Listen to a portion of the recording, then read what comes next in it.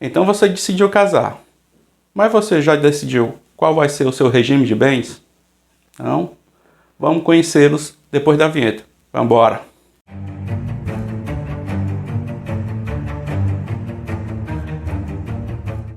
Oi pessoal, meu nome é Gutenberg Vieira, sou advogado, especialista em Direito Processual Civil e hoje a gente vai falar um pouquinho sobre regime de bens. Regime de bens é o conjunto de regras que irá regulamentar as questões relativas ao patrimônio do casal, delimitando as diretrizes que deverão ser cumpridas enquanto o casamento existir. O ordenamento jurídico brasileiro determina que existem 4 regimes de bens a ser escolhido pelo casal que vai se casar.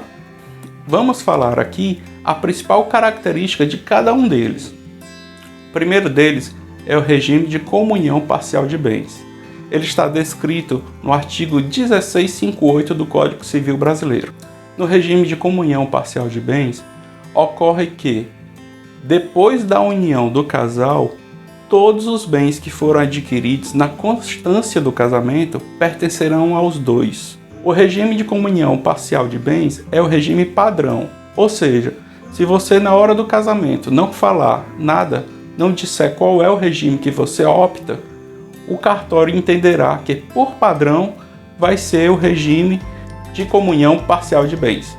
Agora atenção, os bens recebidos por doação ou por herança não entram na comunhão de bens do casal. O regime de comunhão parcial de bens é o único regime que não precisa de um pacto antinupcial. Todos os outros 3 precisam da confecção de um pacto antinupcial. O que seria isso? É um acordo. Deve conter o patrimônio que cada um tem antes de contrair o matrimônio. É justamente o pacto nupcial que vai definir os bens de cada um. O segundo regime de bens é o regime de comunhão total de bens.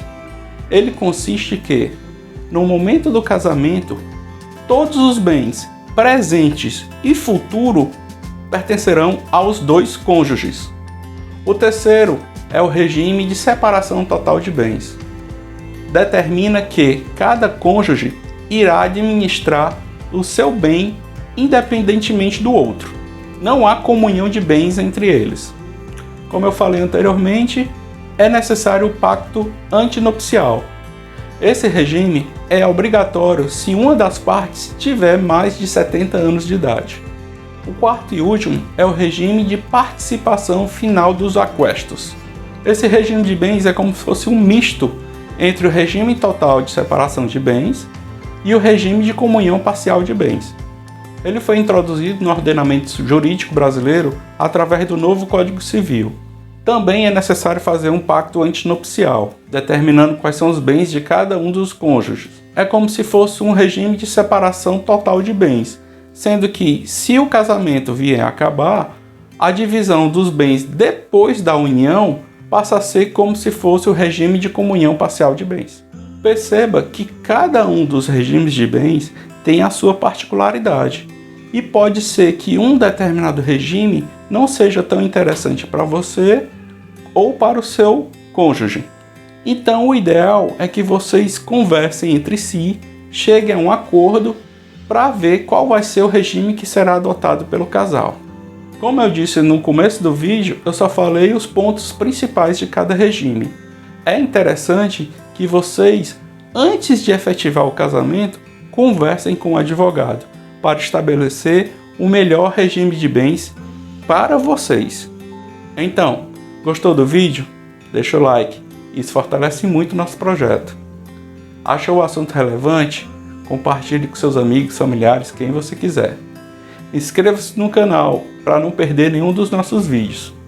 E lembre-se, na dúvida, procure sempre um advogado. Até mais!